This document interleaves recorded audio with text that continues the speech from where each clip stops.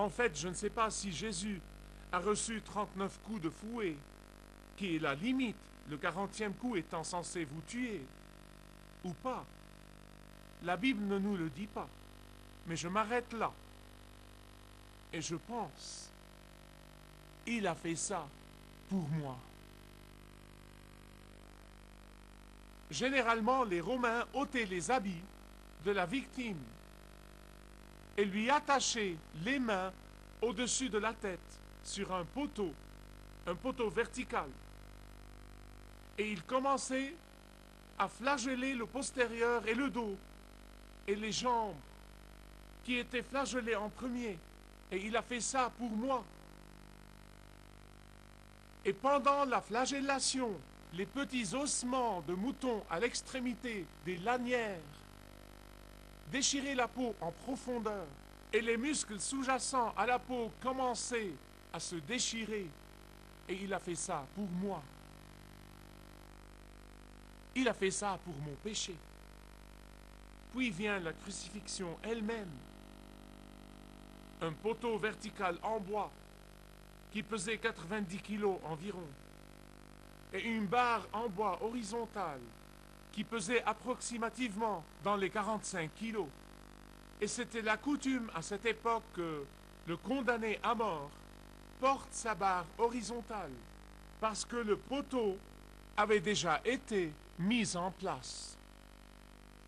Et du poteau de la flagellation au site de la crucifixion, mon Seigneur, le Créateur de tous les bois et de toutes les forêts du monde, a porté cette barre après avoir été flagellé. Et il a fait ça pour moi. J'imagine le manque de nourriture, le manque de sommeil, le manque d'eau pour une longue période de temps. Et après la flagellation, il a porté cette barre de 45 kilos pour 500 mètres environ. Et il a fait ça pour moi. Et là, sur le site d'exécution, on donnait à la victime, conformément à la loi, une boisson amère en guise de calmant. Et là, il était projeté au sol, sur son dos, en vue de le clouer sur la barre horizontale. Les blessures des coups de fouet se rouvraient et s'infectaient au contact du sol. Et il a fait ça pour moi.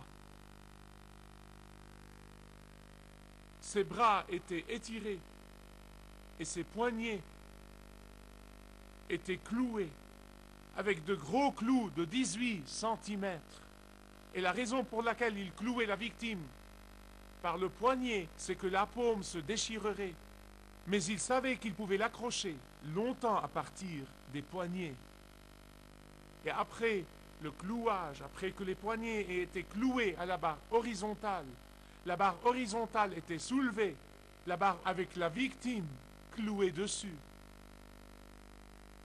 Ensuite, les pieds étaient directement cloués sur la barre verticale. Et il a fait ça pour moi. J'ai une nouvelle pour vous. Je n'ai pas de problème après ça. Je n'ai pas de problème. Quel problème pourrais-je avoir? Où auriez-vous quand le Seigneur, le Dieu de gloire, a fait tout ça pour vous et pour moi? Écoutez-moi bien sur ce point. Jésus n'était pas obligé de quitter la splendeur du ciel. Il a dit, j'ai le pouvoir de donner ma vie et j'ai le pouvoir de la reprendre. Mais il a dit, je vais la donner. Jésus n'était pas obligé d'ôter la robe de gloire qu'il portait au ciel. Jésus n'était pas obligé de venir sur terre. Mais il est venu du ciel pour payer de sa souffrance et de son sang la peine qui est légitimement la mienne et la vôtre. Peut-être que quelqu'un dirait, mais il y a beaucoup de gens dans l'histoire qui ont été torturés, qui ont souffert. Oui, mais la plupart d'eux n'avaient pas le choix. Mais Jésus avait le choix. Et de plus, aucun d'eux n'était Dieu, le vrai Dieu. Aucun d'eux n'était le Dieu de la puissance et de la force. Mais Jésus, en qui toute la création a été créée et pour qui toute la création a été créée, avait bien le choix. Mais il a choisi de payer la peine qui n'était pas la sienne, qui était la vôtre et la mienne. Bien-aimés, écoutez-moi. Que vous ayez la dominance du côté droit ou la dominance du côté gauche, vous ne pouvez pas échapper aux images de la croix. Vous ne pouvez pas y échapper. Et visualiser la croix ne peut qu'approfondir votre amour pour celui qui a tout fait pour vous et pour vous et pour moi. Peut-être que quelqu'un dirait: mais n'est-ce pas que la méditation et l'imagination et la visualisation sont dangereuses? N'est-ce pas que les bouddhistes et certains des mystiques de l'Est font la méditation et font de la visualisation? N'est-ce pas que ce devrait être interdit aux chrétiens? Absolument. Écoutez-moi sur ce point. Quand les bouddhistes et les mystiques de l'Est méditent, ils sont censés se vider entièrement de toutes les pensées, à part celle qui leur vient à l'esprit. Je veux vous dire une chose. Je dirais non et 1 million de non à ce genre de méditation. Je dirais non et 1 million de non à ce genre de visualisation. Mais pour le vrai chrétien, la méditation et l'imagination et la visualisation, c'est remplir son esprit de l'amour de Jésus. Il s'agit de vous vider de l'adoration de soi-même et de remplir votre esprit de celui qui a tout donné pour vous. C'est remplir votre esprit de l'incroyable, l'indescriptible amour de Dieu pour vous. C'est remplir votre esprit de l'amour sans égal du Seigneur Jésus-Christ.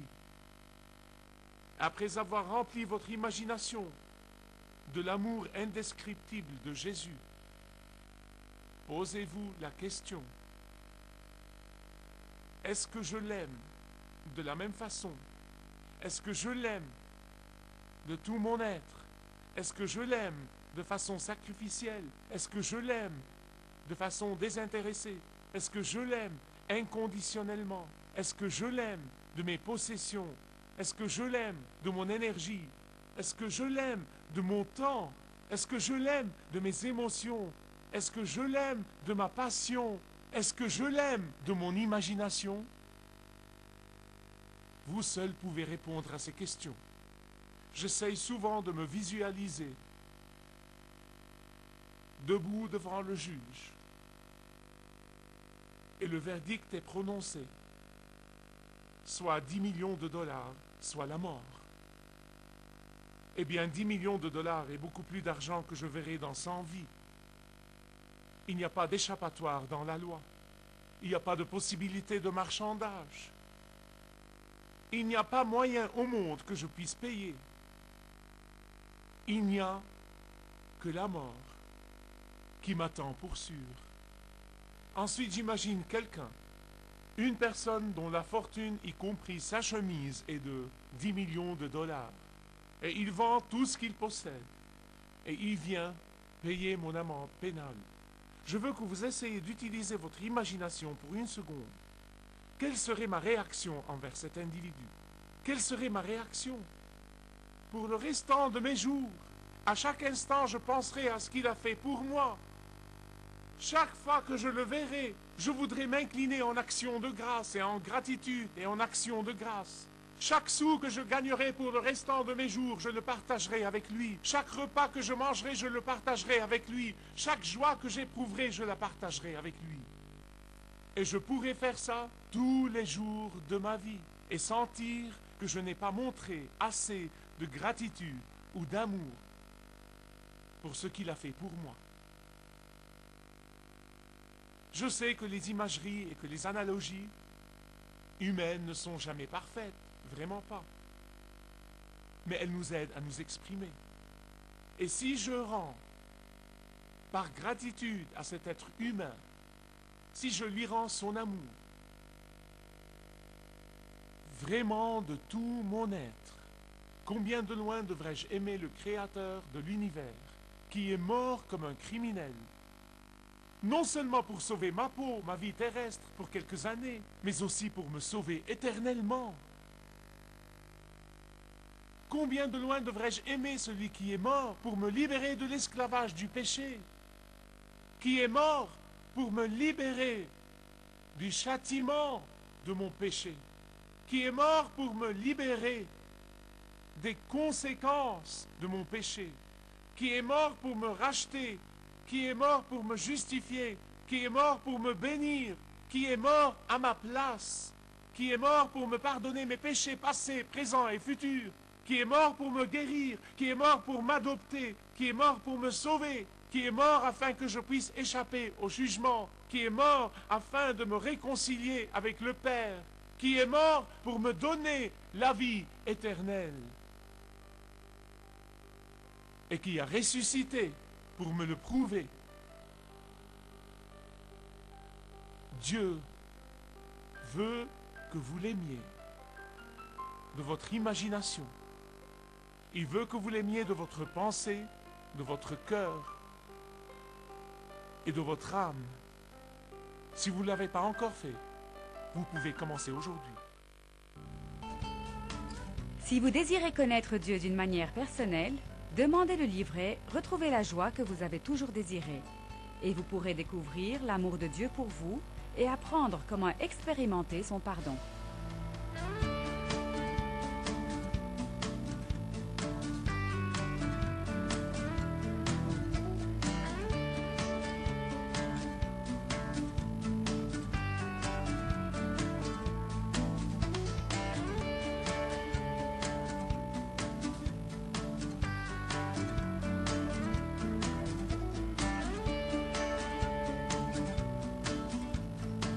Si vous avez une relation personnelle avec Dieu et vous êtes intéressé à marcher plus intimement avec lui, demandez le livret « 7 pas sur le chemin de la foi » qui vous guidera dans une relation plus profonde avec votre Père Céleste. Demandez votre livret gratuit.